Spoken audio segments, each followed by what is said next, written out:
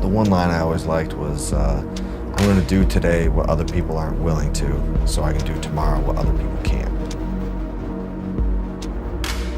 I always loved that line of like whenever I'm training by myself, you know, kind of always like running lines like that through my head when I'm suffering. Like people aren't willing to do this right now. You're the only one in here.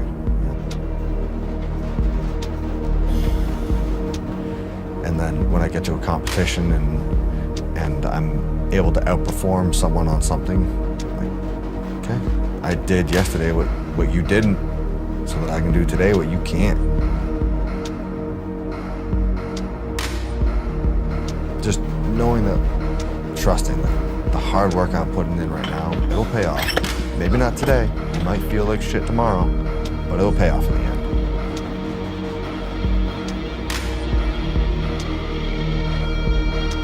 What are you doing when no one's looking?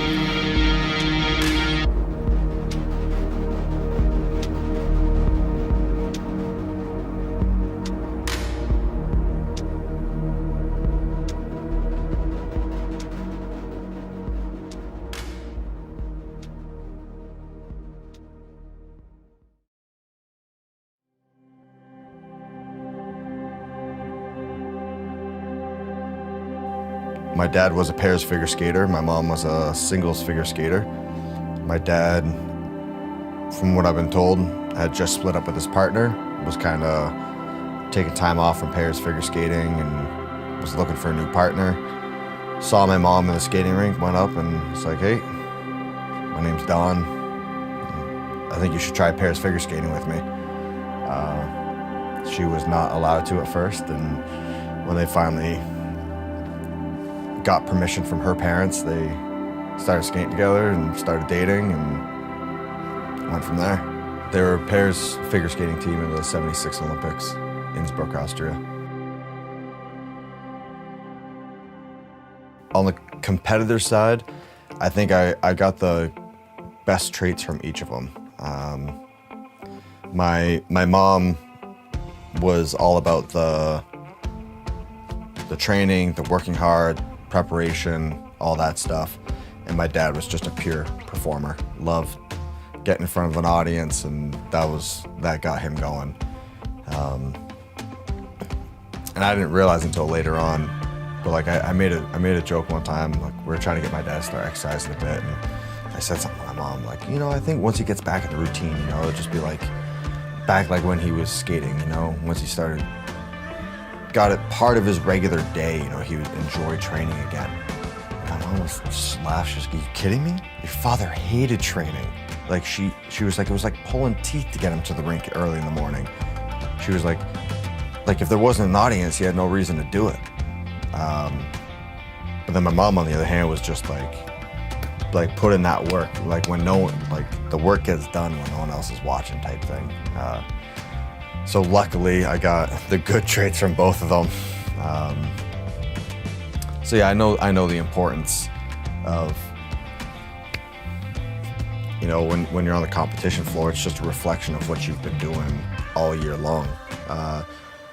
You know, that work that gets put in, it's when no one's looking. You know, I'm down here by myself doing rowing intervals. I'm down here by myself squatting. There's no one here to cheer me along, pat me on the back. But then at the same time, when I get to regionals of the games and there's people watching, I'm like, I want to perform. Like when there's a crowd cheering, like you want to show off. That's everything. So I'll probably save the lifting stuff, like the dedicated, like power snatch, pull, back squat until later. I'll just go through some of the metcons, kind of get warmed up, get going. So yeah, I mean, I'll start out with that just because it's paced cardio, so you're kind of told what to do, so there's no real thought into it, so it's easy paces. Just get the lungs warmed up.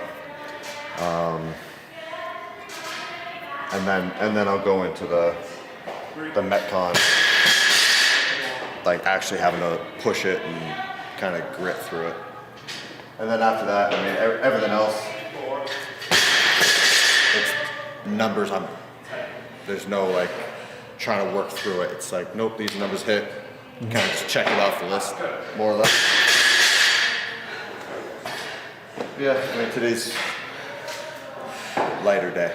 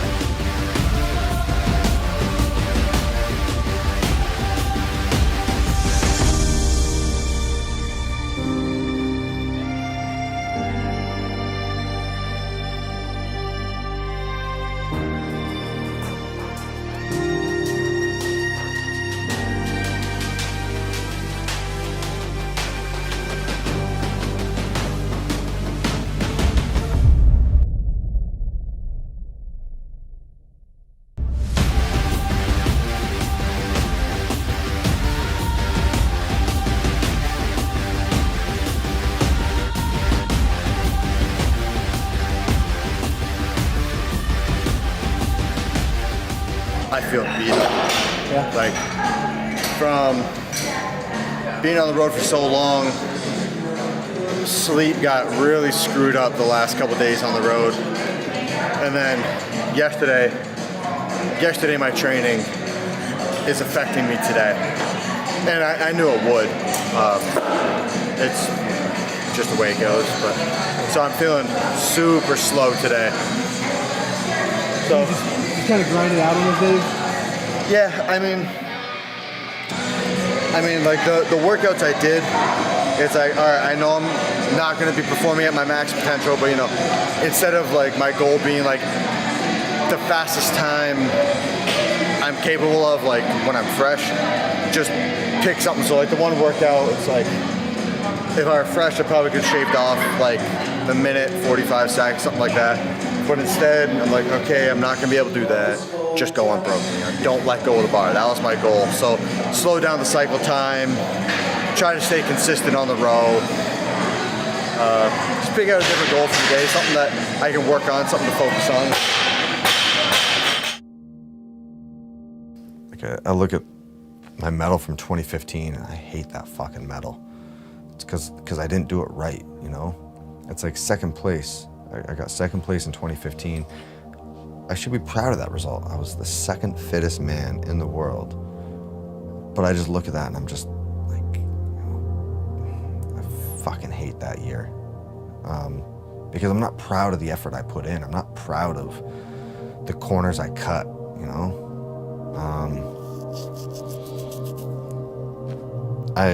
I really, like, 2014, I had the same results. 2014, 2015, I had the exact same results, completely different feeling about both seasons.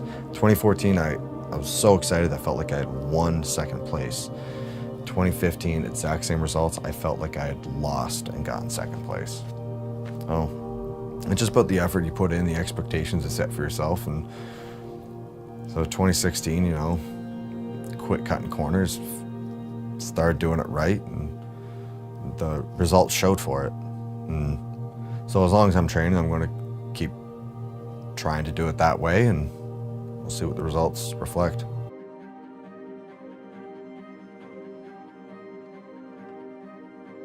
Before the games, you know, it was still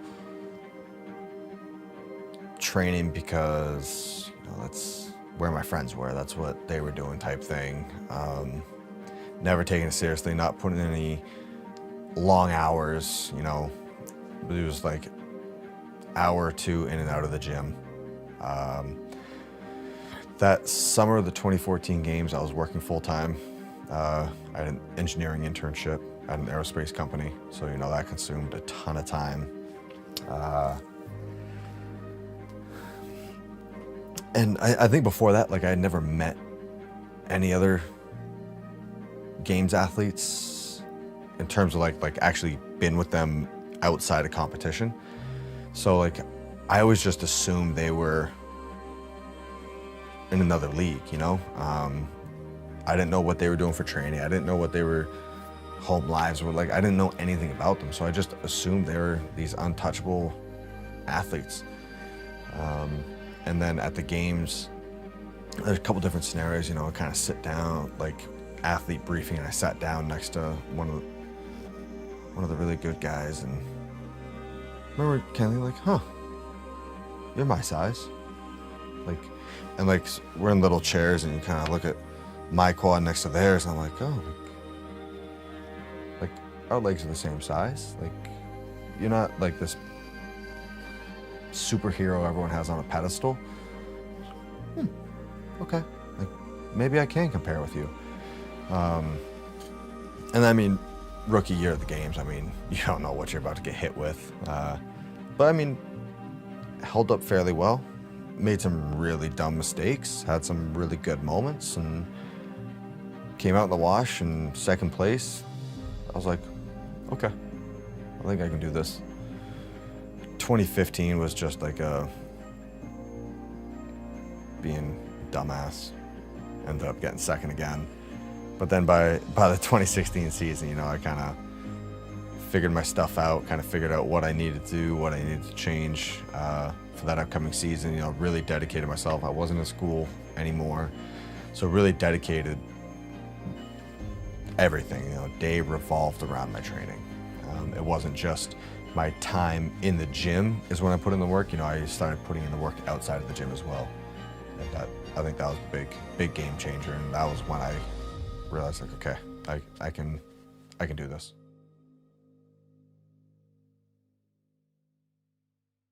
Wake up same time every day, on day, off day, doesn't matter how much I have to do that day, same time every morning. Yeah, so coffee, breakfast.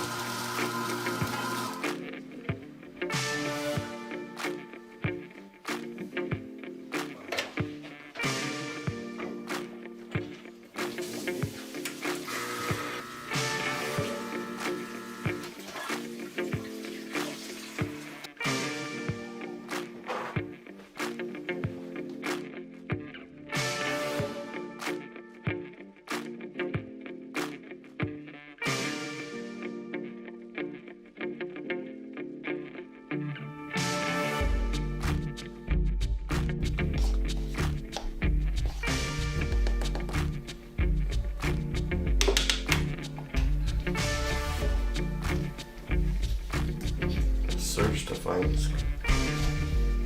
Depending on what exercise I'm doing that day, I'll either start my training at home. I have pretty much a full affiliate worth of equipment, but in a tiny space, so I can't do like Metcons at home. I can only do like single modality stuff, like just rowing or just squatting or, you know, just stationary stuff.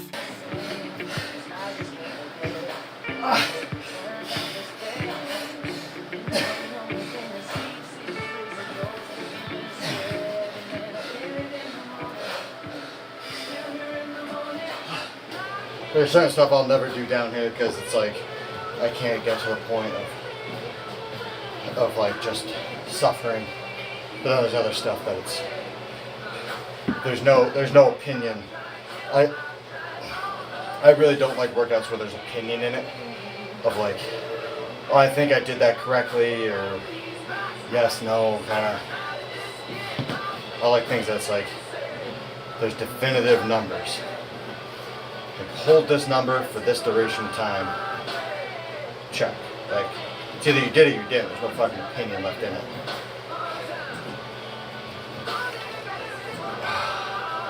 Usually that for probably 2 hours altogether. Finish that up. Immediately eat, stretch. Then I'll go into Champlain Valley CrossFit. I'll do all the stuff that I can't do at home, you know, like the Metcons where you're running around to different stations type thing, anything overhead lifting, any pull-up type stuff.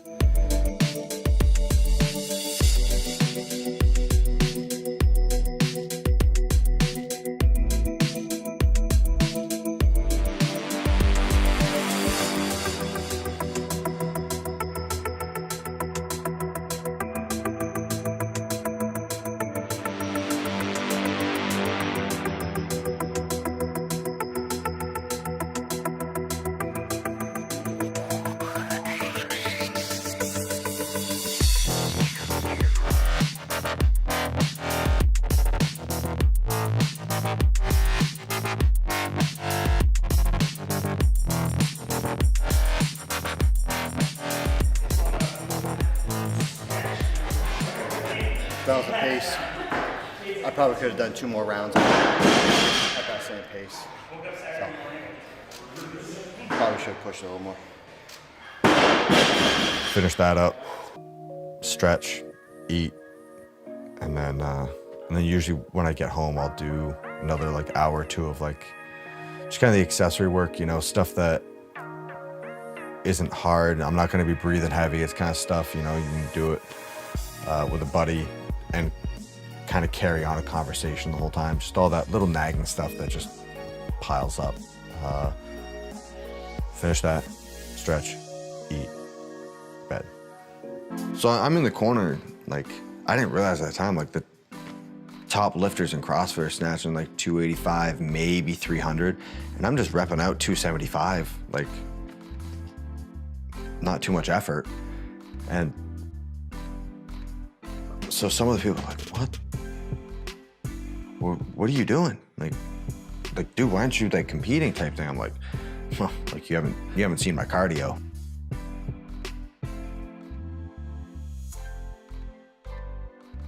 Showed up to 2014 regionals and won it.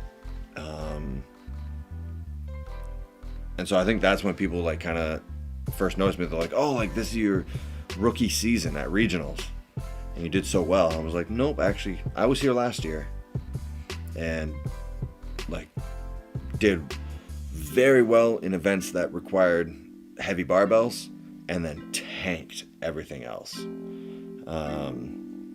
And I remember leaving that and looking at the guys that beat me and thinking, I think if I worked hard, like I think if I practiced, I could beat them. Like I don't think they're naturally physically more capable than me. And so there was one workout that was a 1,000-meter row, 50 thrusters, 30 pull-ups. That was the whole workout. And some of the guys were getting on the rower and pulling like a 140 pace for the whole 1,000. And I was just like, I've never seen those numbers on the screen. I think I pulled my 1,000 meters at like a 152. Just dead slow, but then I was fast enough on the thrusters to make up time. And so I was like, all right, like I suck at rowing. So I got a rower and I rowed between 4,000 and 5,000 meters a day for a whole year. And just, I was like, all right, I suck at rowing. Time to fix that. So I rowed, and now I still don't enjoy rowing so much, but I'm comfortable on it. Like I'm comfortable enough on it to push the pace when I need to. Biggest apple in the world. What's the goal of this meal? Not pass out during training. Last time I ate was 3 hours ago. And I won't eat again till dinner probably.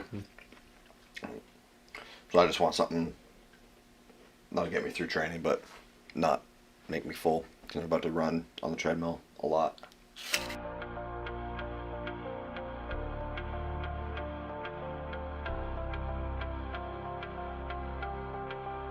Going to sprint practice 2 or 3 times a week.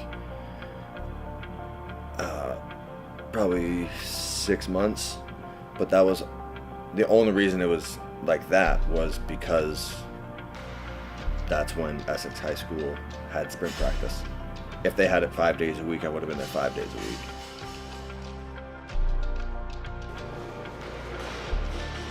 I got a lot of weird looks like the first couple days from the kids, because like first day of sprint practice, show up, and I think they just kind of all assumed like I was like a new assistant coach or something. And then they're like, all right, everyone make 4 lines. We're going to start the warm up. And I got in the back of one of the lines, and they were like, what are you doing, old guy? We're 14. What are you doing here?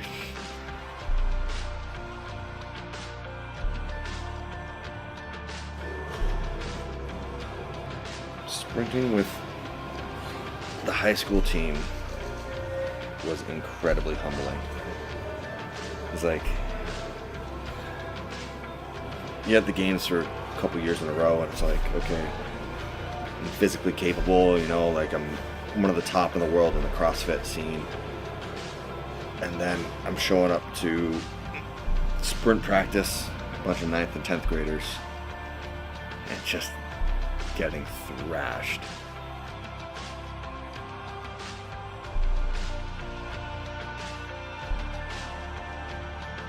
I consciously every day seek out what am I bad at and how can I just pound this weakness until it's a strength. In the time from when I retired from weightlifting, I was like 200 pounds. I lost 25 pounds and got fat at the same time.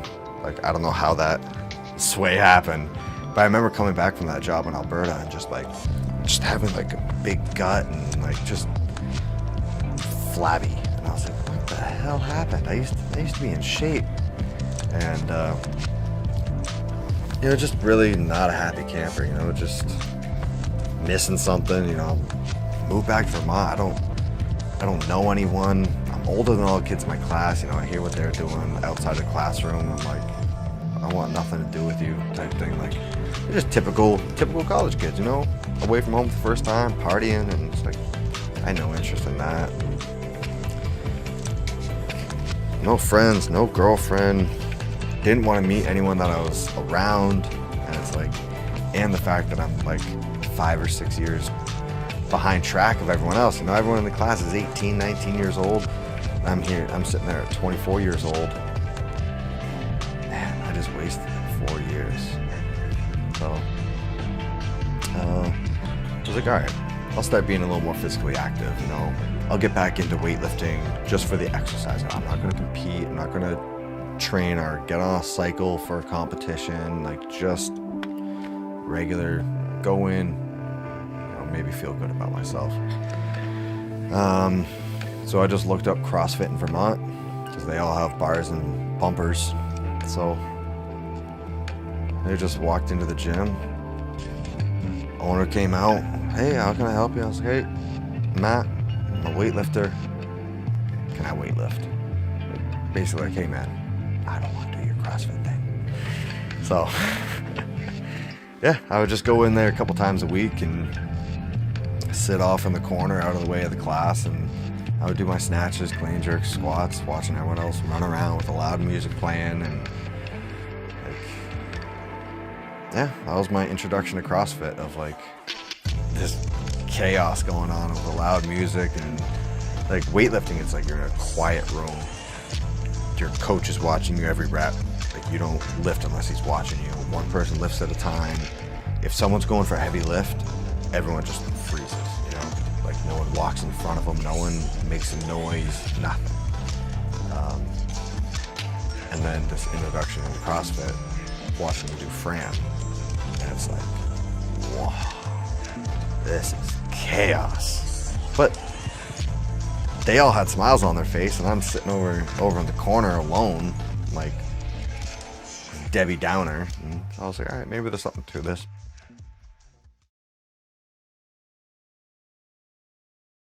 So like a workout would come up that was like a lot of just barbell, like 30 clean jerks for time. Like, oh, you'll be good at this. It's just weightlifting. You'll be good at this. Nope. Like, you thought wrong. The first time I ever did Grace, 30 clean and jerks for time. First time I ever did it was with 225. And I want to say my time was like 6:01 or something. And I was missing cleans. I missed some jerks. I remember like I was on rep 30 and I missed the jerk. And I remember when I finished, I could finally get my breath back, and I was talking to the kid that like convinced me to try it. I was like, the last time I missed a 225 jerk, I was 13. Like, actually, it's the last time I missed that jerk. But do it 30 times in a row as quickly as possible, it gets hard.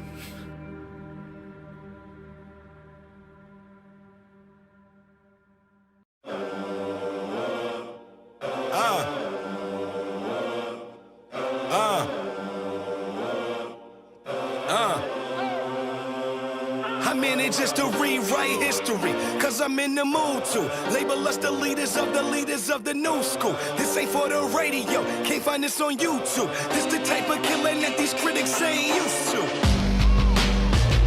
Victorious, victorious, victorious.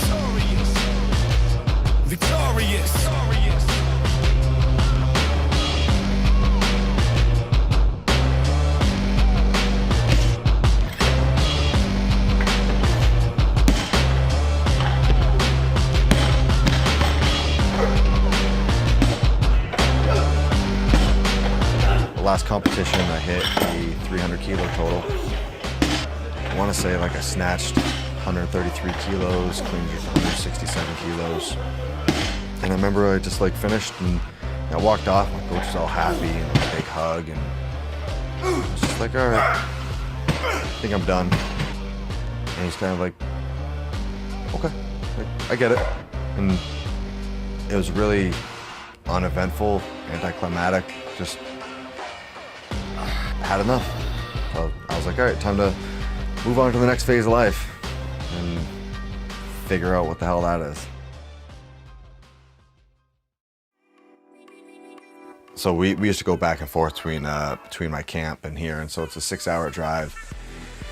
And like we didn't have the DVD players in the car, and for most of the time my dad didn't even have a radio in the truck, and so a lot of times it was just he and I going up. Like I'd be on school break and just pack up, go up to camp, you know. We'd find a project to do, and like as soon as we got on the interstate, like, Dad, tell me a story.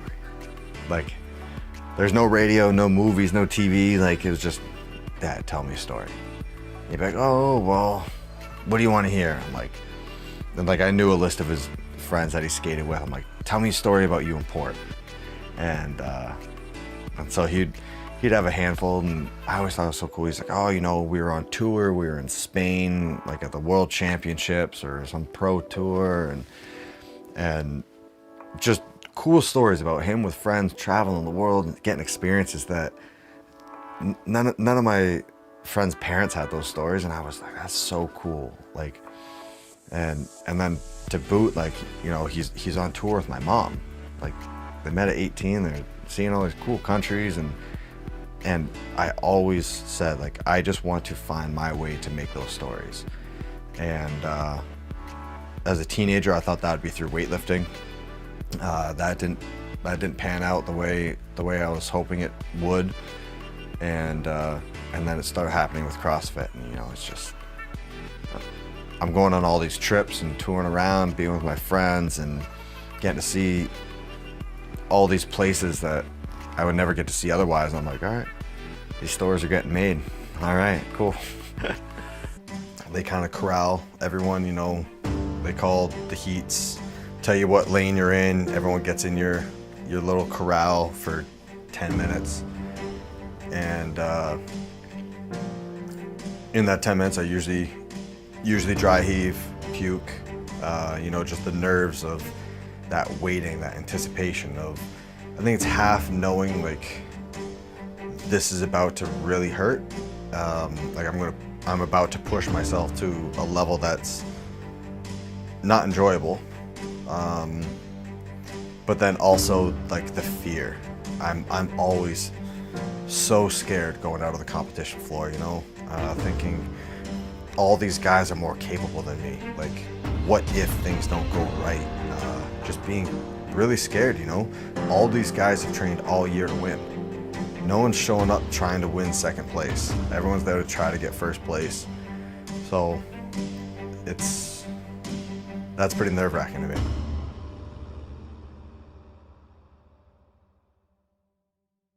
What are we, May 2nd right now?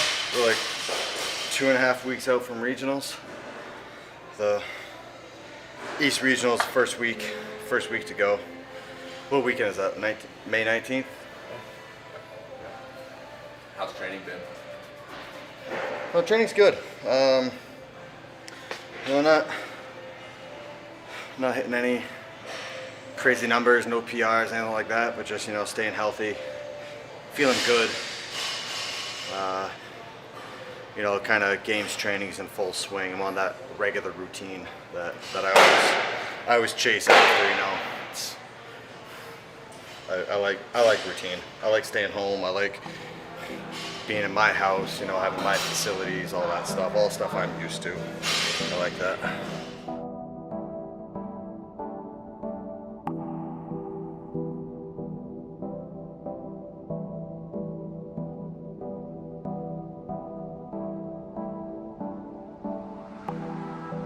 This week, it's a deload week, so just really incredibly low volume. Try to bump up the intensity, but I'm training maybe 20 minutes worth of work a day, so putting a lot more time in the warm up, taking care of my body, fixing up all the little aches and pains, but really trying to go hard in the actual work itself.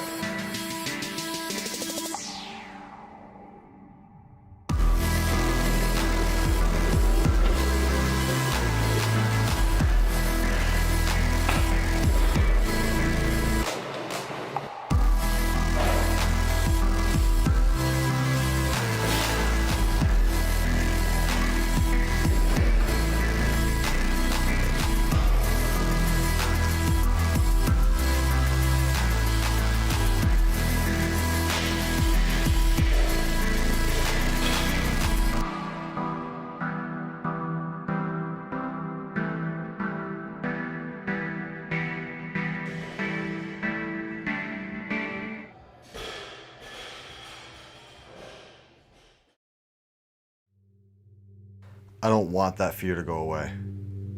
I hate it. It's a very unenjoyable feeling, but at the same time, it's like when I'm scared that I'm not capable in a workout, I really focus, I know all right, there is no room for error. There is no room for slacking off anything. So anytime I have that fear, I'm willing to go to a darker place to make up for that being uncomfortable or not feeling confident in that movement. Perfect example, regionals Nate, that was the 2016 season. That workout, I was petrified of that workout. When I did it in training, I got 8 rounds plus something out of a 10-round workout. I wasn't even close to finishing it. And you see all the videos of guys online, pumping out sets of 10 strict muscle ups with a weight vest, and it's like, uh-oh, I'm in trouble. This workout could derail me. So I'm going into that workout just absolutely petrified. And then I ended up doing well. I ended up, I think I won the workout in my region. It was I didn't let my mind wander for a second. I didn't care how much anything hurt during that workout. I was like, no, it doesn't matter. You can't afford to slack off even for a second. So it's just keep pounding. And then there was other workouts where I was so comfortable and so lax going into it. As soon as something started to hurt a little bit, I was like, oh, I'll just back off a little bit, let this pain go away. And then I pull a 10th place in the workout, and it's like, what the hell? That wasn't supposed to happen.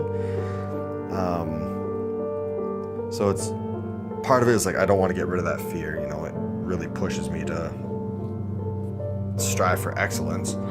And then on the other end of things, when I am feeling comfortable, not letting that affect my performance, not letting that comfort creep in and make me slack off. I'm getting all anxious right now. Rest days, few and far between. So when they do come around, I really try to cash in on them. I get up at the same time, try to go to bed at the same time. I don't want to get off my training schedule, but I really try to take advantage of it, and just really relax. It's more of a mental break than a physical break, I think. It's just kind of, I get to just lounge around all day. I love that feeling of going hard all week and just being so tired that I'm okay with not getting out of the lazy boy. So, like the day before rest day, I usually add in a couple extra things that I wouldn't normally, just to kind of make sure to bury myself so I'm okay being completely unproductive the next day. But yeah, so it's up at the same time, same breakfast. I usually eat the same on a rest day. And it usually just revolves around watching movies and stretching all day. I'll have some rest days where I stretch like 3 or 4 hours, and some where it's like 8 or 9 hours. Like I literally won't leave my living room floor, just stretching and rolling out all day, just so I'm good to go for the whole next week.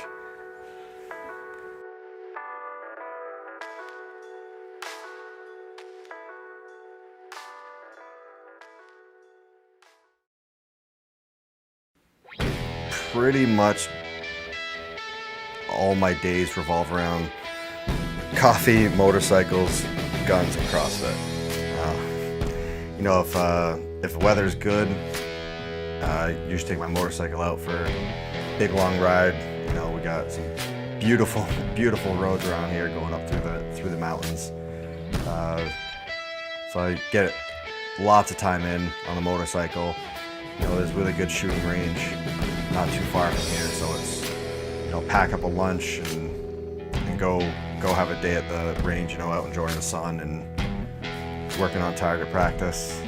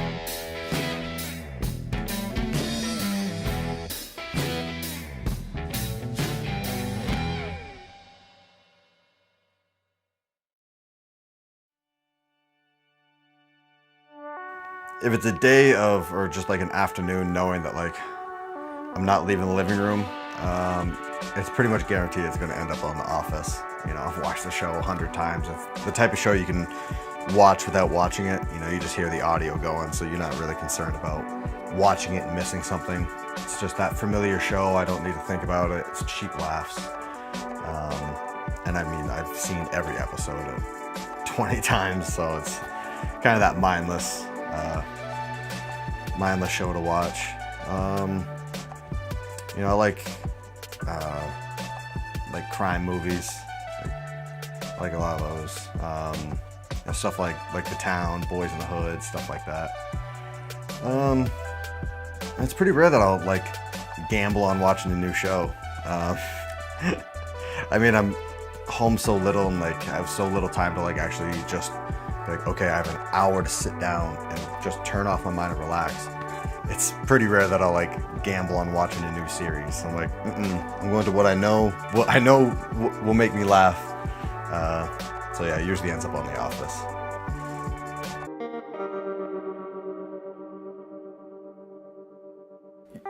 You know, the last year, I don't think there has been more attention on me.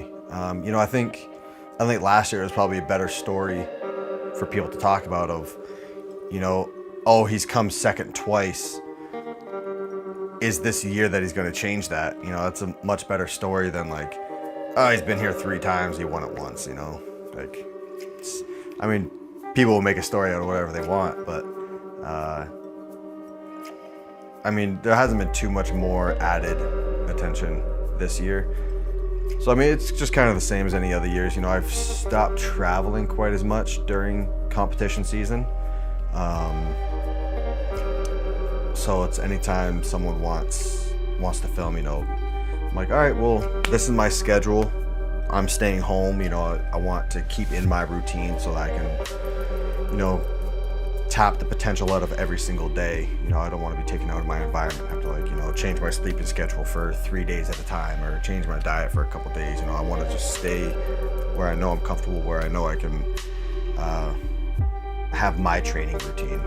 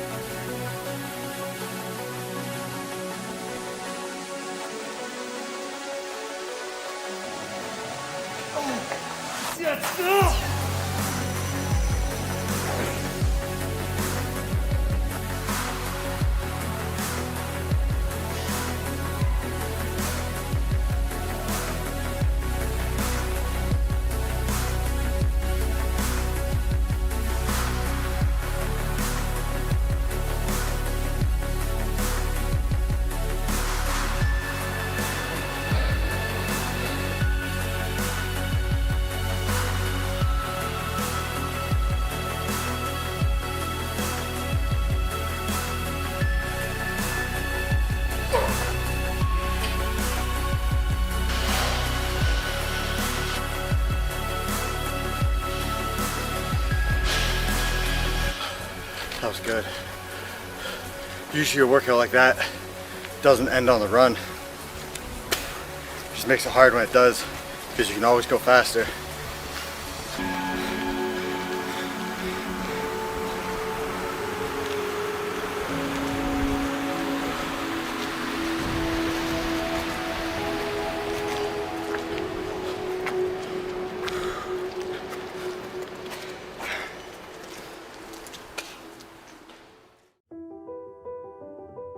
When you're coming out of your 3rd day of training and nothing's going right and like everything's feeling bad and then usually on top of it, that's when it seems like everything is going perfectly for everyone else.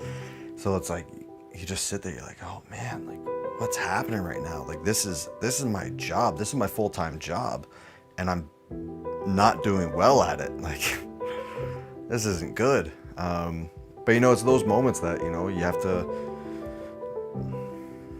I don't want to say like trust the process, but you know, like stay on your grind. It's like, all right, well, things aren't going well, make them go well, you know, like why are they not going well? Is it I'm not getting enough sleep? Is my diet a little bit off? You know, am I traveling too much? Like, you're in control of those things. Make the changes.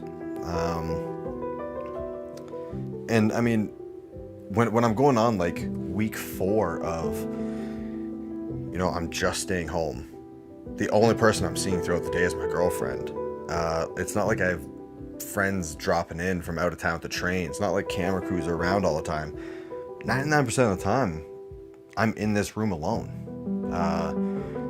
No one there to, you know, slap me on the ass and tell me good job, and like nice PR. It's me telling myself, get the fuck back on that treadmill, get back on that rower, start squatting again. You know, anytime I'm sitting in between training sessions, like just messing around on my phone, it's me telling myself, like, put down your phone and get back to training. Like, you could be doing something productive right now. Like, why are you just sitting here looking at Instagram. Like, put your phone down, go stretch, be productive, you know, better yourself instead of resting on your laurels. Yeah, I mean, that's the stuff that, I mean, no one wants to see that. It's not exciting. It's not exciting to like walk into the gym and see me sitting on the platform stretching for the 3rd hour straight. Like, who cares? But I mean, that's what goes into it behind the scenes. You know, I think before it happened, I never really thought too much of what it would be like or what it should be like, anything like that. And all the changes kind of happened in little progressions. You know, it wasn't just like an all of a sudden like light switch type change of like, this is your life now. And you know, I have to remind myself a lot of times too of like, you know, people see the highlight reel. It's very rare that someone will post or like show the world the non-glamorous stuff, like the stuff that isn't sexy. The only posts that go up are the videos of PRs going up and the videos of when things are going well and when things are looking good. It's no one posts up the video of like, oh man, you know, I have all these tears on my hands and I'm missing 245 snatches over here, and like no one wants to see that shit. You know, I get a lot of messages, you know, like people see the footage of the games, you know, see the footage of the 2016 games and think like, oh, that's so cool. I'm like, you're looking at a 5-day window of my entire year. Like, that is just like a flash in the pan.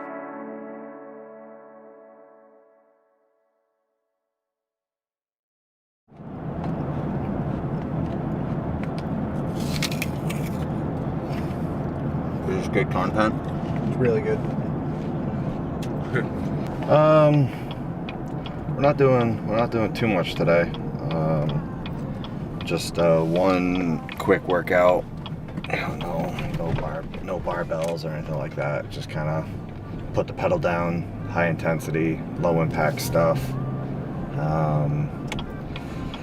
And then I'll squat tonight, but that's basically it. You know, not too much going on.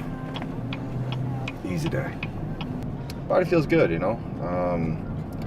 Kind of take these days of like, you know, total workout time is like I can be in and out of the gym in an hour. So, you know, try to take a lot of that extra time that I don't usually have during the day, you know, just do body work, you know, stretch, roll out, I don't know, kind of fix any of the aches and pains that have kind of accumulated over the last couple weeks. Make sure that next week going into training, you know, I'm feeling healthy, 100%, no aches and pains, just feeling good.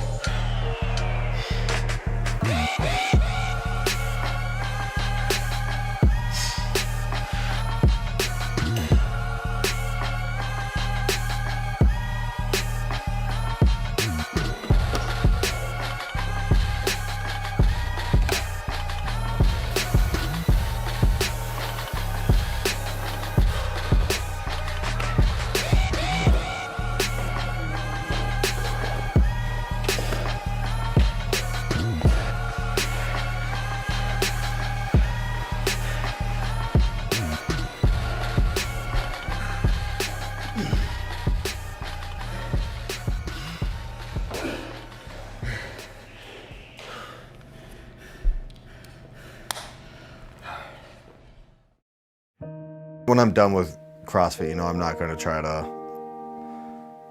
to stretch out my career longer than I should. You know, I don't want to stay in the game longer than I should. You know, I want to keep my health. I want to leave the sport still loving it. You know, like I did Olympic weightlifting for 10 years, and when I left the sport, I hated it. And you know, it kind of sucks because, you know what, I had a lot of great friends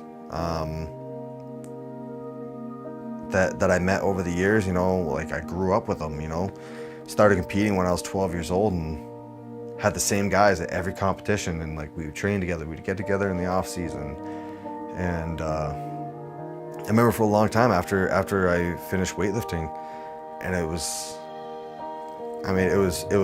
really bad on my part that because of my resentment against weightlifting, I didn't want to hear from them. I didn't want to see them because it just brought up my bad blood. Whether that was jealousy, envy, and just kind of disappointed in the way things worked out for me. So, you know, I've kind of reached back out and kind of rekindled a lot of those friendships, but, you know, at the time it just wasn't happy for me. So, you know, the day that I decided to stop competing in CrossFit, you know, I want to make sure that I'm still happy. You know, I don't want to leave any bad blood, you know.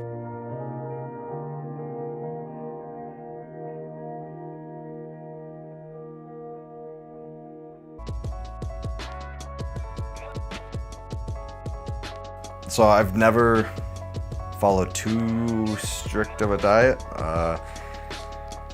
In 2014, you know, I was a full-time college student, so, you know, it was eating Chinese food off a food truck that was parked behind the library, literally 5 days a week. And then if I was there late, I'd grab pizza off the pizza truck by the library.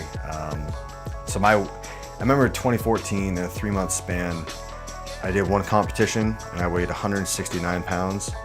And then 3 months later, I did another competition. I weighed 203. So, I mean, my weight was just like a roller coaster. The 2015 season, really did not pay attention to diet. You know, I almost intentionally ate bad because I thought, you know, I work out so much I can eat whatever I want. I thought I could out-train a bad diet. And, you know, you kind of see yourself every day, so you're not seeing like this drastic gain in weight or like change in body composition. And it wasn't until like I watched footage of myself from the 2015 games that I was like, oh my God, like I was so round, like I was so heavy. Like, and, you know, it's just a product of being a glutton and, you know, just like if I saw something that looked good, it wasn't like I would walk by a bakery and see a Danish and be like, oh, I'll have like a Danish. I would be like, go in and get like 6 of them and just eat them all. So, you know, it was after I watched footage from the 2015 season that I was like, oh man, you know, I can't out-train a bad diet. So I wasn't like counting macros or following a strict diet, but, you know, just trying to cut out the junk, eat, you know, natural foods, you know, just a lot of fruit and vegetables and meat.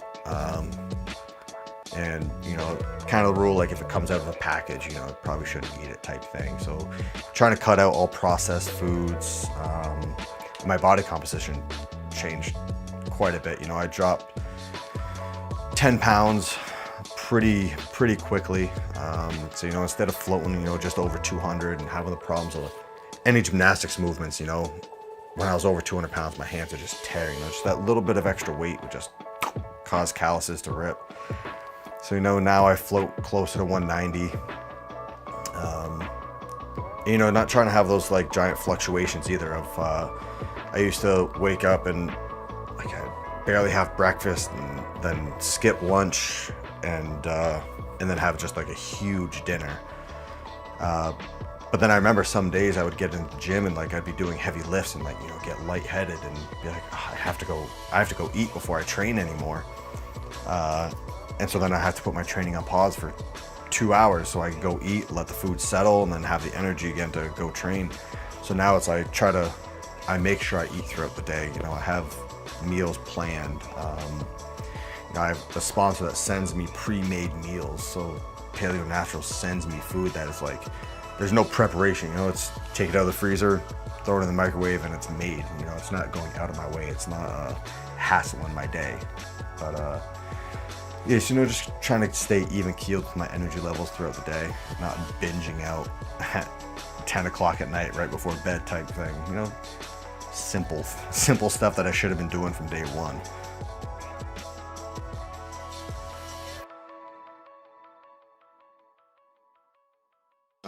Just some leftover chicken from the other night with some spicy orange sauce that Sammy made, white rice. It's delicious.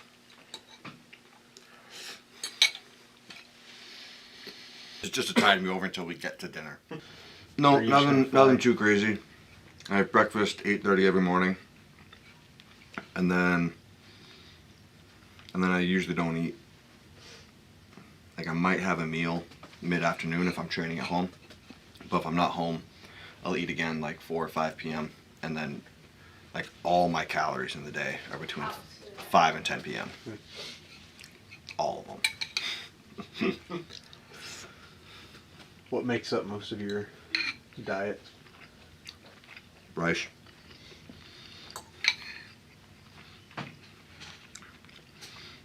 Yeah, between Paleo Natural meals and mini wheats. Yeah. Mini wheats, bite size only. Sammy brought home the Hannaford brand. Get out! I was so nervous. It was really a lose-lose at that point.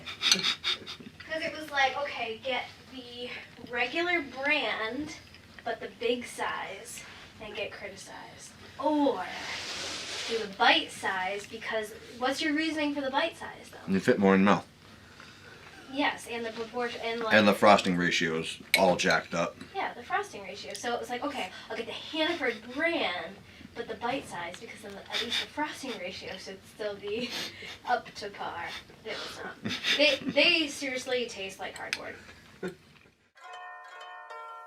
You know, every morning it's roughly the same breakfast, you know, bacon, eggs, oatmeal, that kind of generic breakfast. And I eat that like as soon as I get up, you know. Like awake, pour coffee. As I'm drinking the coffee, breakfast get made. I try to let food settle. I don't like to train on empty stomach, so you know, usually an hour or two after that, I'll get into the gym.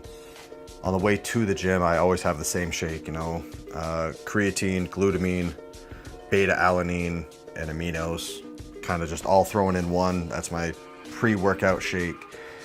Usually when I get home after training, it's like a blender bottle of just milk, spinach, and whey protein. You know, very, very simple.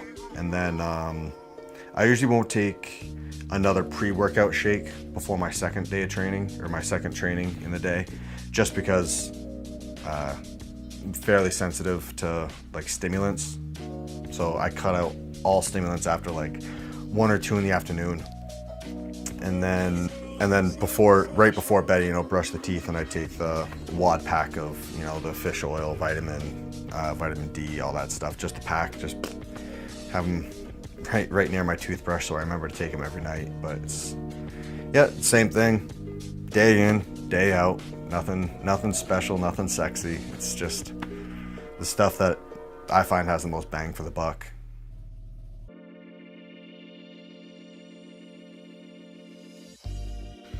You know, I've had a couple seasons of, you know, going into competition where I'm seeing physical therapists, massage therapists, like 2-3 times a week going into the competition, just because, you know, things are flaring up a couple weeks before the competition, and so it's like my ass is on fire, so I get all the treatment I can while I can to try to, you know, pull things together for the competition.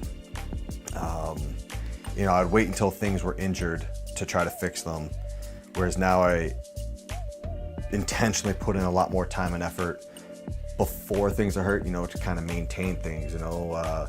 As soon as I feel like a little pinch in my shoulder or something, go and get that little pinch worked out, even though it's not going to stop me from doing anything, but I want to deal with it before it becomes like a big pinch or like the type of thing that's like stopping any mobility, you know. So a lot of time gets put into recovery and just maintenance work. I try to do as much body work myself as I can. So, you know, like just days off of stretching, you know, stretching, rolling out at night. And then when things are a little bit worse than that can be dealt with by stretching, I have a scraping tool that my girlfriend will like get into a tough area, like on my lats or my back, and like she's digging in there, she's putting in work, you know. And then if it's any worse than that, and I think about it ahead of time, you know, booking PT appointments. A girl in my gym does dry needling, and it's like, oh, dry needling is so good. It's the creepiest thing. I've had hundreds of needles from her. Never once have I watched the needle. I've never seen the needle. I have never seen it go in. Nothing. I can't watch it. I'm in a full sweat the entire time I'm doing it. But is like bang for the buck results. That is where it's at.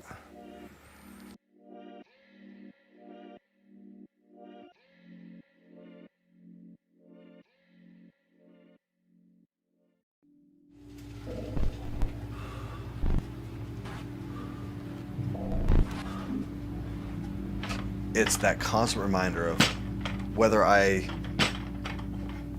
go all out and finish this in a minute 50 or slack off, get rid of this pain in my chest and go at 210. In 10 minutes, whichever route I take, I'm going to feel fine. In 10 minutes, I will be up, walking, talking, I'll have a drink of water, and I'm going to feel fine in 10 minutes, regardless of which route I take.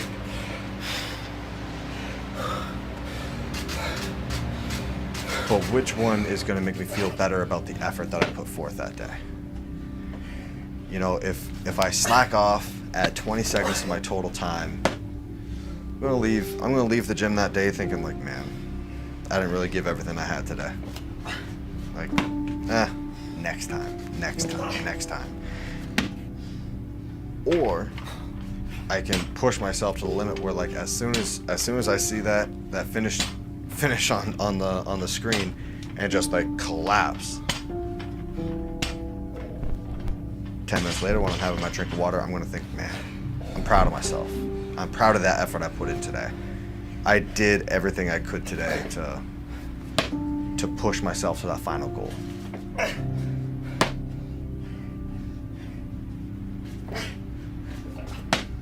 If you just win, like, who gives a shit? You know, like, it's not the win that feels good. It's all the work that you put in prior to, like, if you didn't do any work and just won some random competition by a fluke, are you gonna be like marching down with a medal around your neck, like so proud of that you won? Probably not. But like, the fact that 51 weeks out of the year, like, I trained my ass off. Waking up to going to bed was all about that, you know, going into the gym, like hands literally dripping blood, and be like, nope, like I gotta do some muscle ups today, you know. Like it was about halfway through the 2015 or 2016 season, I had to go in and get MRIs done on my hips because I thought I had bone spurs in my hips because I was doing so much work. And it's coming back from stuff like that. Like, I had to go and get x-rays on both my hands. I thought I had boxer fractures on both my hands from flipping that pig so many times. That's why that medal felt good. Like if I had won in 2014, I probably wouldn't give a shit about this. Like, because I wouldn't have had to work for it. I don't think it's the win that feels good. I think it's hard work paying off, that feels better. Do you think you're still working as hard now as you did last year? Yeah. Yeah. I was really happy with how regionals went. You know, it's kind of hard to gauge, you know, wasn't like any other competition any of us had gone into before. You know, they completely eliminated barbells. There's 2 workouts with the 21-15-9 domain. So there's a lot of like sprinty type workouts, but then taking away that max load. You know, there's still some weight. There's a 150-pound sandbag, you know, lots of 80-pound dumbbells. So there's still grunt work to be done. But what so many people focus so much time on is like that 1 rep Olympic lifts. That wasn't a factor this year. So, you know, no one really knew how things are going to pan out, you know, how certain athletes are going to handle it. It kind of all came out in the wash at the end, you know. Everyone that people expected to be at the top kind of finished at the top and put up the high scores. And I was very happy with how regionals went on my part, you know. There's a lot of, like, Northeast region, you know, it's stacked, you know. A lot of guys that you're going to see at the top level of the games, and a lot of guys that when they didn't make it to the games, I'm shocked because, you know, I've trained them in the off season and I know what they're capable of if they made it to the games. In the moment,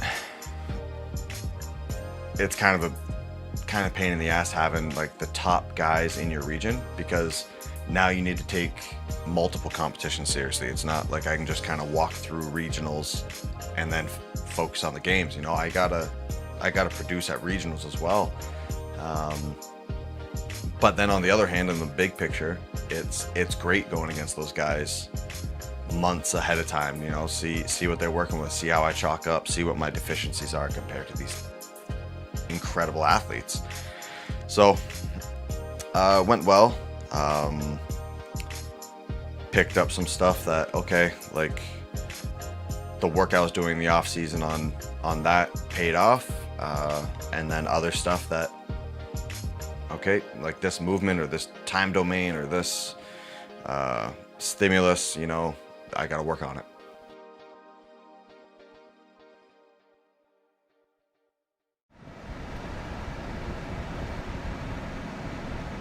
What are we, I think, like 50 days out from the games?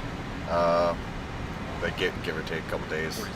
46 days out from the games. So, you know, it's like fully recovered from regionals for the last couple weeks. So, you know, really back into the regular swing of things. You know, back into the routine that I was in before regionals. You know, back doing the track workouts, the swim workouts, the barbells, all that stuff. I feel very good.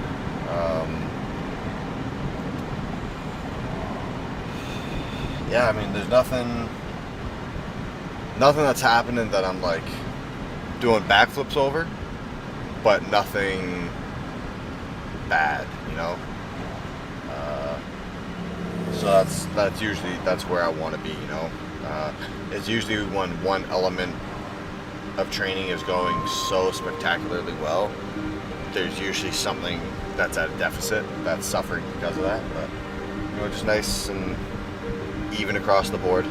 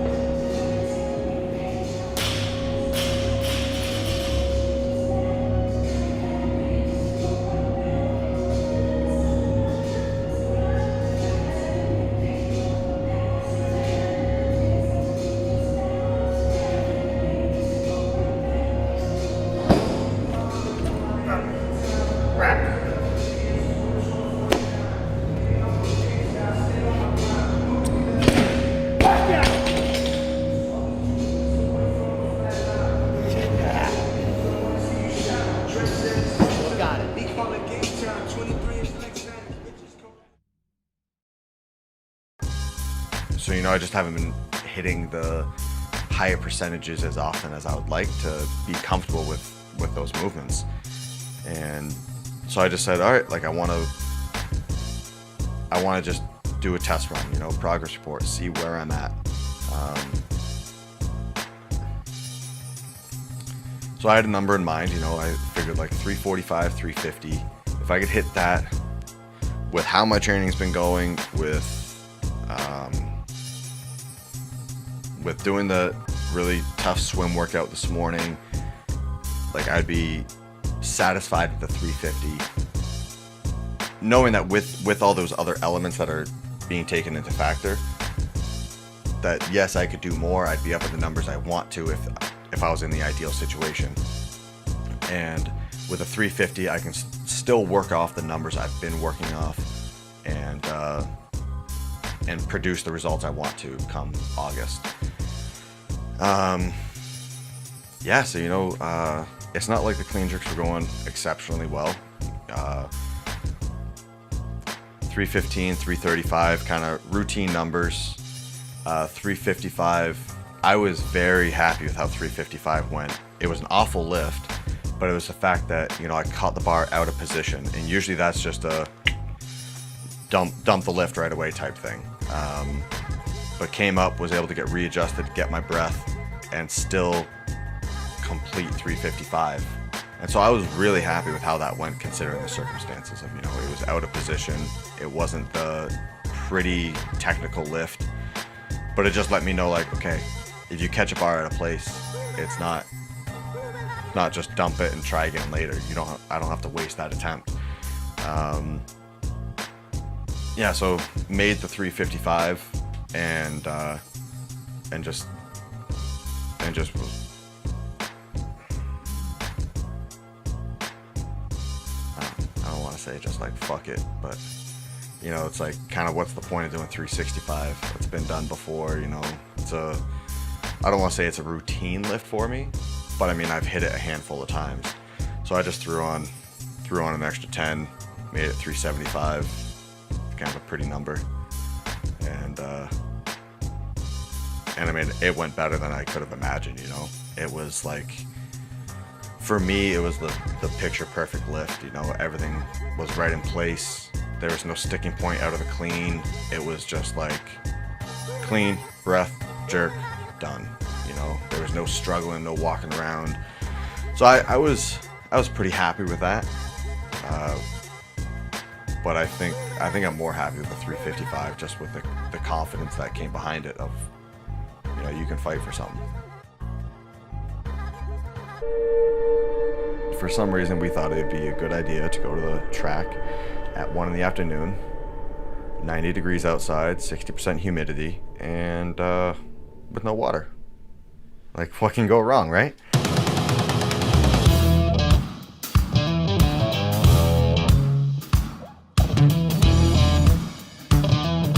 So, you know, we're going to the track, and I'm asking him, like, all right, like, what's the plan?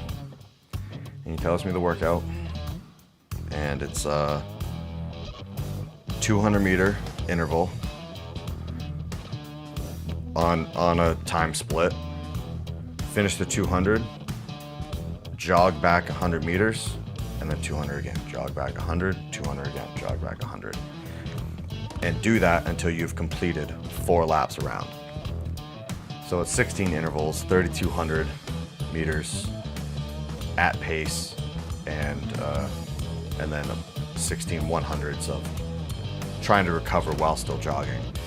And he told me the time splits that I was going to be, that was the goal to keep.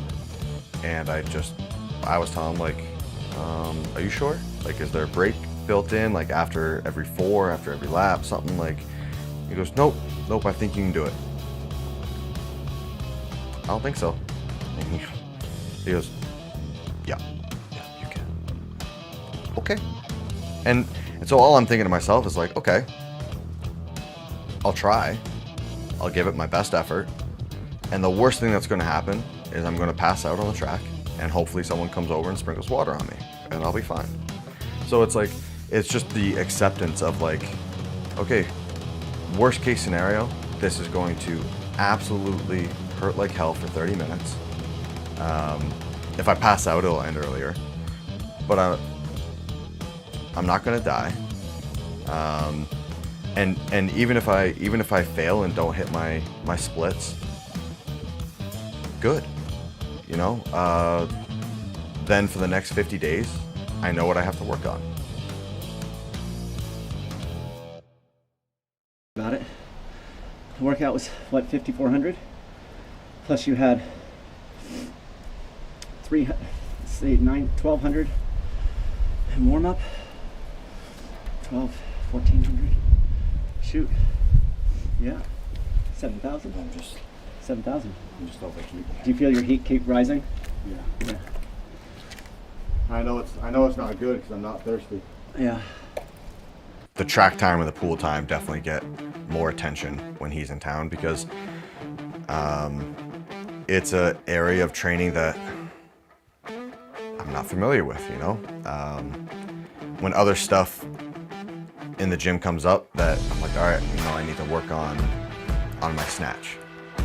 I know how to train that. I know how to hit the milestones on that. But when something comes up with like, all right, your swim isn't up to par, well, I don't know how to get better at that. You know, I can do the bulk of it, but like the fine tuning, I have no idea what I'm doing. So I seek out the advice of an expert and just do what he says, you know? So, you know, he came up and he was like, all right, this is what we're doing. Like there's a couple different time trials in there and let's get after it. And so, you know, it's like pool time is pretty limited as it is.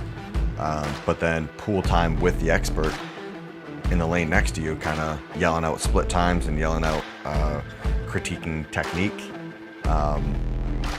I really try to take full advantage of that, you know. Who cares how much this hurts? Who cares how uncomfortable I am?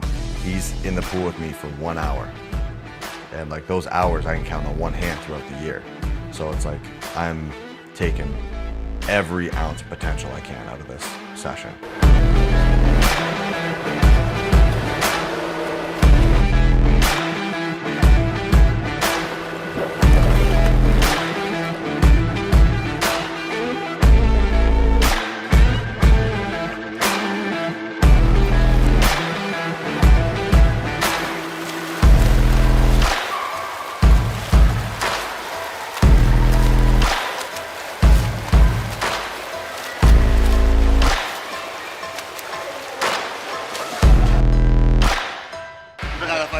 Time, we're swimming an extra 1,000. So we'll at that point be 2,000 into our workout. It's a little bit of a challenge.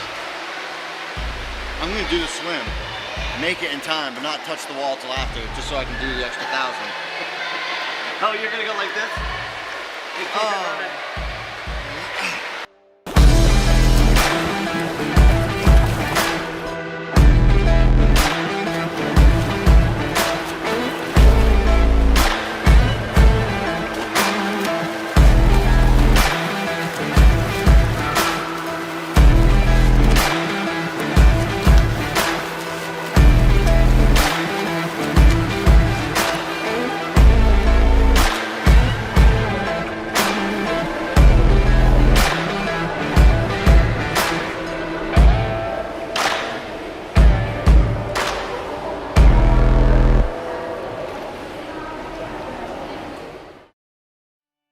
Henshaw's humbled me a couple times, you know, like I'm like suffering through some like intervals and I'm literally just pushing.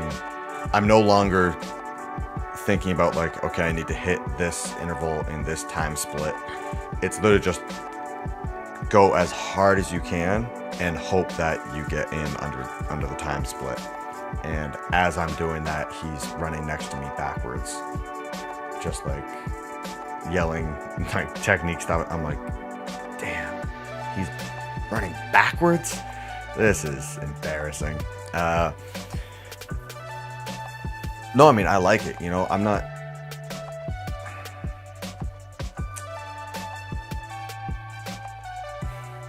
I'm not holding myself to the standards of trying to be the best runner in CrossFit. You know, I want to train with the best runner.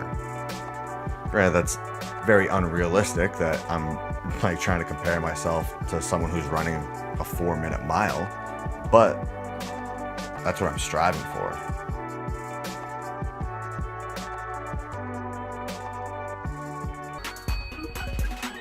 The games, not too much will change. You know, my training will stay pretty similar to what it's been. At this point, you know, traveling is off the table. As we get closer and closer, you know, even visitors, like camera crews or friends coming in from out of town, that'll kind of dwindle. But I think the only other thing is, you know, I kind of become more and more removed from just everyday things. You know, it's like the sights just kind of narrow in on that weekend, and luckily I'm surrounded with people that completely understand it and completely support it. So, you know, stuff. I remember last year, best friend was having a bachelor party, and it was nothing crazy. It was just a weekend in a beach house. And last year it was too close to the games, and I just said, I'm sorry, can't make it. And he completely understood. And you know, it's a scenario that it's like, that's only going to happen once in his life, and I can't be there. And so it's the same with everything, you know, staying home more and more, interacting with people less and less, and really refining in the things that I have control over.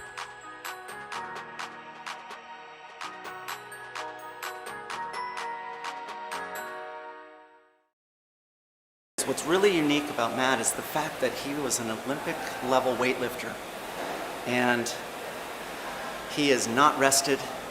He got crushed this morning, he got crushed yesterday, and then he comes in and he hits a lifetime best in a clean and jerk. That is legit. I mean, the fact that you don't train one sport, and by doing other things, you hit the best in your life. That is really showing something different in this sport. He is really, truly like pushing the frontier, and I think that's what's so exciting about him, right? Here's a guy that's supposed to be tired. He's supposed to be fatigued, and then he comes in and hits a lifetime best. What the heck does his fatigue even mean then, right? Oh, I'm tired. I can now PR. It's making jumps like that have made people the champions, and it's jumps like that have taken people out of their careers. Like you don't get one without the other, like without taking those risks, you know? It's that same mentality that blew out my knee when I was 16. That's the same mentality that broke my back when I was 19. But that's the same mentality that made me win in 2016. So, I don't know. If I want it, go for it. Fuck it, why not? Right, is that some people they're not experimenting in their workouts, right? They're trying to like hit the max, and what's my way of hitting the max lift? And what you're trying to do is learn, and if you fail, you fail. I think that's the difference between a workout athlete and a competitor, right? You're working out to find more information on you. Woke up next to a half decent looking chick. I got cold beer, fresh layer of snow on the ET. Just gonna send it.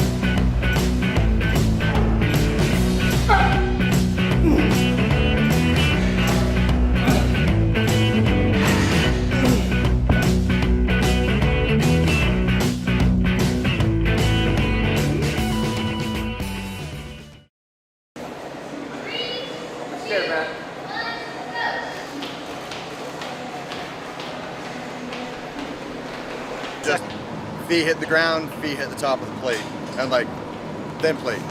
It wasn't like a high jump, so it's like 100 has to be under 60 seconds.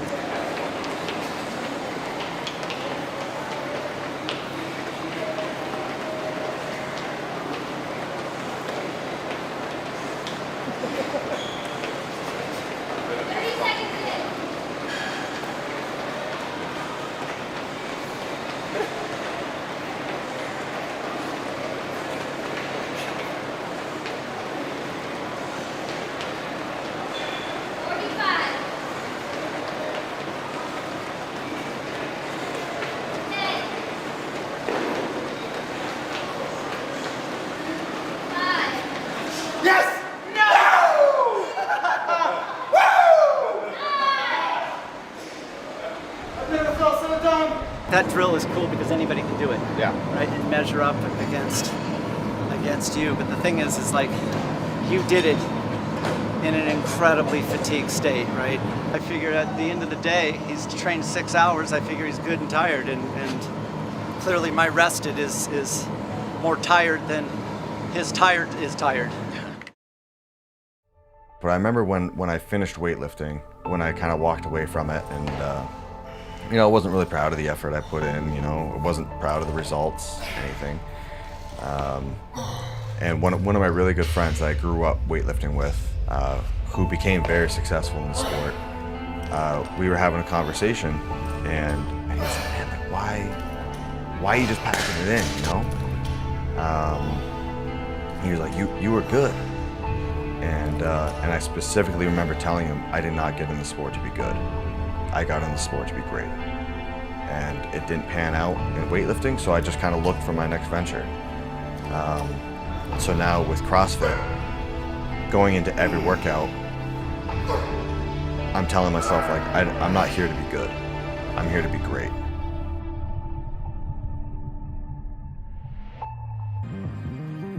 I love it. I love it when people discount me because of, you know, my build or my sports background or anything like that. Like, anytime someone says something like that, I think, good. You think you can't touch me because of the way I'm built. And so in your mind, all that's saying is I can never be as good as him because I'm too tall. I can never be as good as him because I didn't have 10 years of Olympic weightlifting background. And in my mind, I know that's not the case, but I think, good. You've already told yourself I'm gonna win. So it's the same thing when everyone comes out with like the whole steroid argument. People say, oh, he's only that good because of steroids. Good. Because you just told yourself, without you taking steroids, you can't compete with me. Go ahead. Keep that mentality. See where it gets you in life.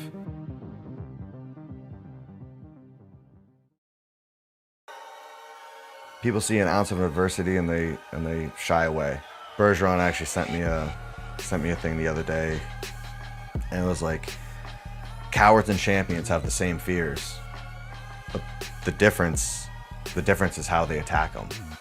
And so, like I was saying with the track workout, you know, if I didn't think I'd be able to complete that workout, I was genuinely scared that something was going to go wrong, that I was going to fail. But then at the same time, it's like, well, if I fail, good. I have something new to work on. I have something new to get better at. So, you know, it's like that with anything I do. It's like, worst case scenario, this goes awful. And then for the next 2 months, I have something to aim my sights on. So, you know, it's the same as after the 2015 games, you know, that pig flip could not have gone worse. Yeah, of course. In the moment, yeah, I wish I figured out that deficiency not on the competition floor in front of how many people, but after the fact, good. I have something to work on. So, I mean, I think it's that keeping that 2015 season fresh, you know, remembering my mindset during that season, remembering the things I was doing that I shouldn't have been, remembering the corners I cut, but then at the same time remembering what happened in the 2016 season.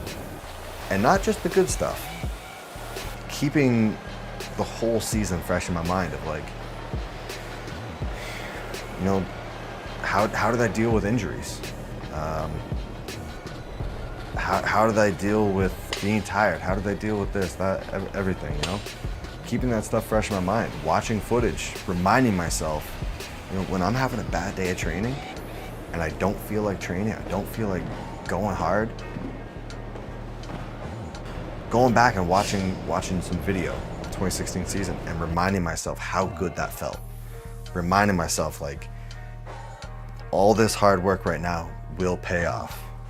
Like it's worth it in the end.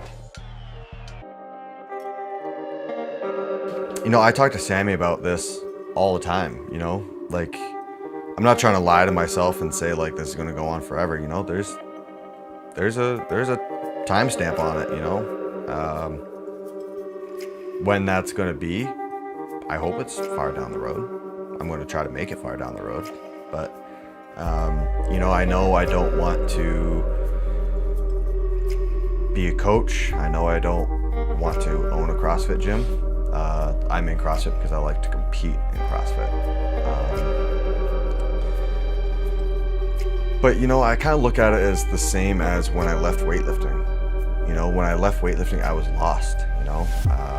I was not a happy person, you know, just, I didn't have a thing, you know, I didn't have something to concentrate my energy on, I didn't have something to focus my work ethic on, I didn't have something to work hard at. So when I found CrossFit, it was kind of like, oh, awesome, I have something I can apply myself to, I have something I can work hard at.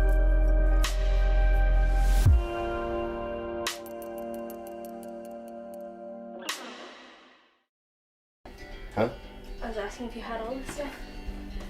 Woke up this morning at I'm gonna start with 3, just because I always take more here.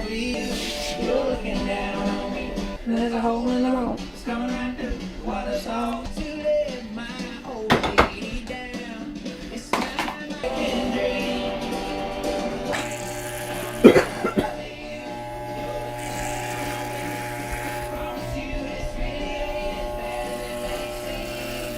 No, I just worked out, so the hair is all kind of sticky from the sweat and shock. Gotcha.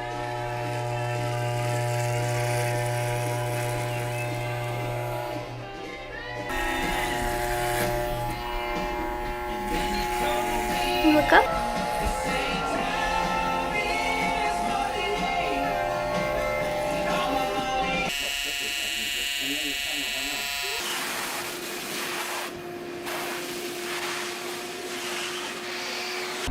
Yeah, we're heading into next town over for Winooski.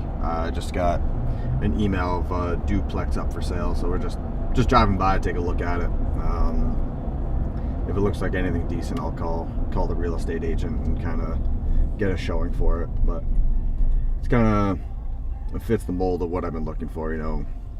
A couple units, you know, a regular residential place, but just a good opportunity for an investment property. I mean, Sammy's gonna be the one running the place, not me. That's the bed and breakfast we open someday. Sam's gonna be a trap queen. I just want to bake fresh goods for people in the morning. That's it. You know, nothing special. I mean, it's very outdoorsy. I mean, Vermont's a lot of outdoor activities, you know, skiing in the winter, hiking in the summer, that type of stuff. I don't know, very, very typical childhood of, you know, lived in like the typical neighborhood, you know, there's all the groups of kids, you know, everyone's within 4 or 5 years of each other. There's like 15, 20 of us all together, and you could tell where everyone was because of where all the, whose front lawn all the bikes were laid down on. 195. We're looking for 295. That siding looks new. Yeah, siding looks good, windows look good.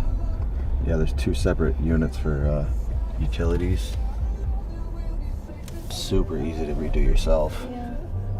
Looks like there's like a Hobbit sunroom, like covered porch. Yeah, the top. the upstairs duplex's entrance is into a finished porch. Oh, that's great.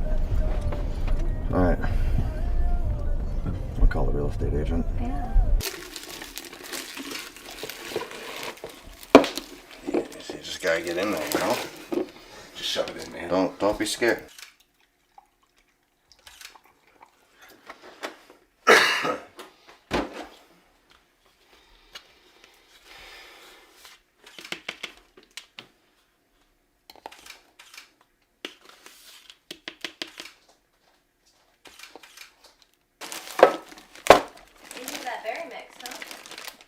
What's up? What do you think of that mix?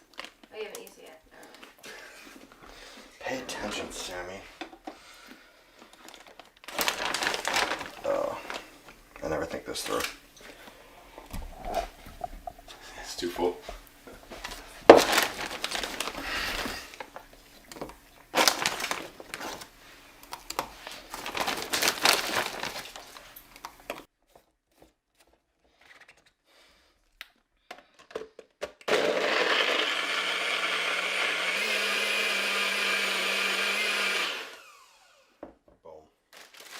Just leave it. I need that. Okay. Whoa. What does that say? Ooh, it's meshy. Ooh, so it doesn't block off your vision. I see. Wow, peripheral. That's really nice. To be happy. You know, that's Digging that. that's the number one goal. Is just happiness, you know? Who cares what else is going on in life? Like, if you're unhappy, then what's the point of it, you know? So happiness is definitely number one. What's gonna produce that happiness? You know, the big things, you know, I think the biggest one is just family, you know? I know I wanna just have a whole litter of kids, so you know, hopefully, you know, find some acreage, find a house, Sammy and kids, whatever goes along with that, you know. I don't know yet, you know, it's kind of the excitement, you know, you don't know what's next. So I look forward to finding that out in due time.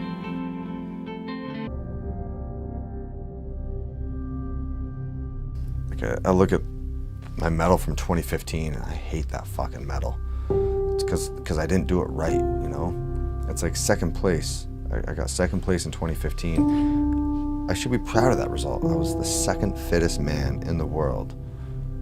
But I just look at that and I'm just like, you know, I fucking hate that year. Because I'm not proud of the effort I put in. I'm not proud of the corners I cut, you know?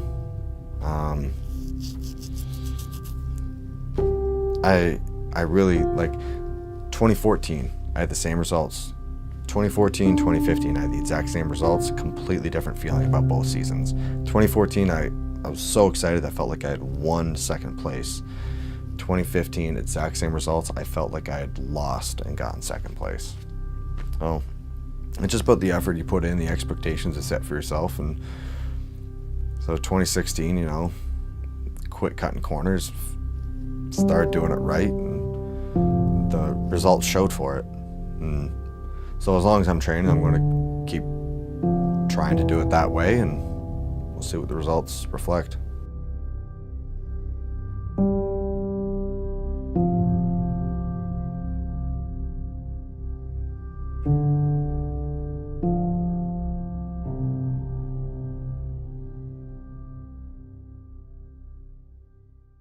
Yeah, everyone's your best friend when you're doing well.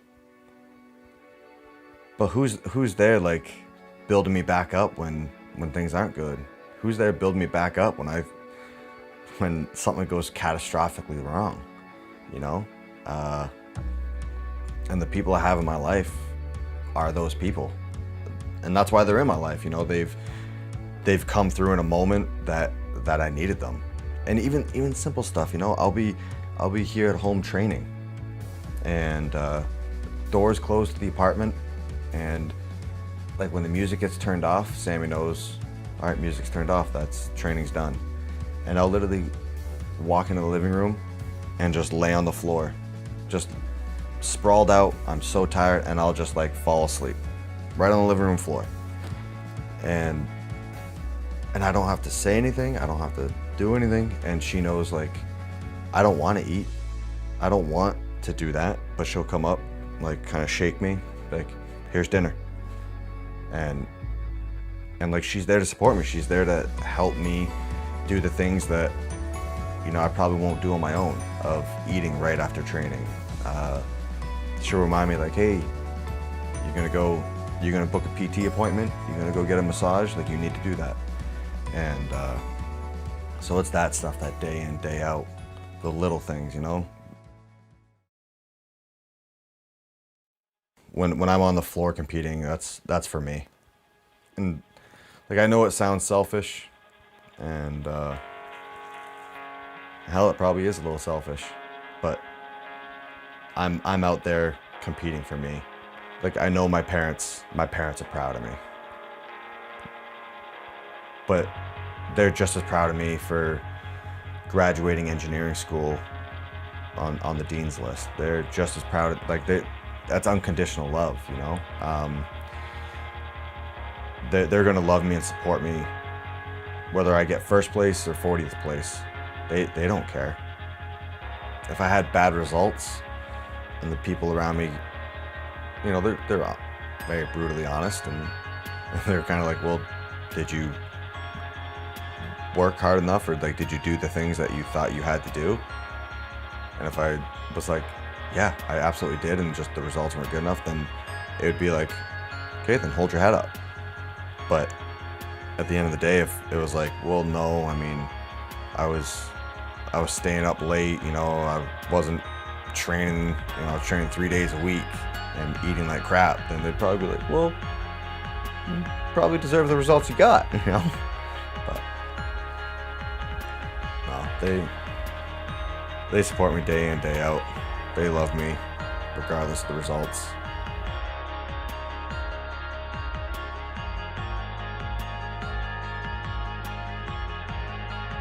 The one line I always liked was, I'm going to do today what other people aren't willing to, so I can do tomorrow what other people can't.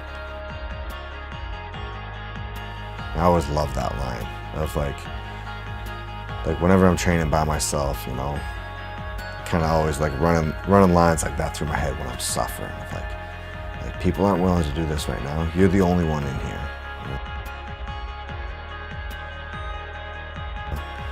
And then when I get to a competition and I'm able to outperform someone on something, like, okay, I did yesterday what you didn't, so that I can do today what you can't.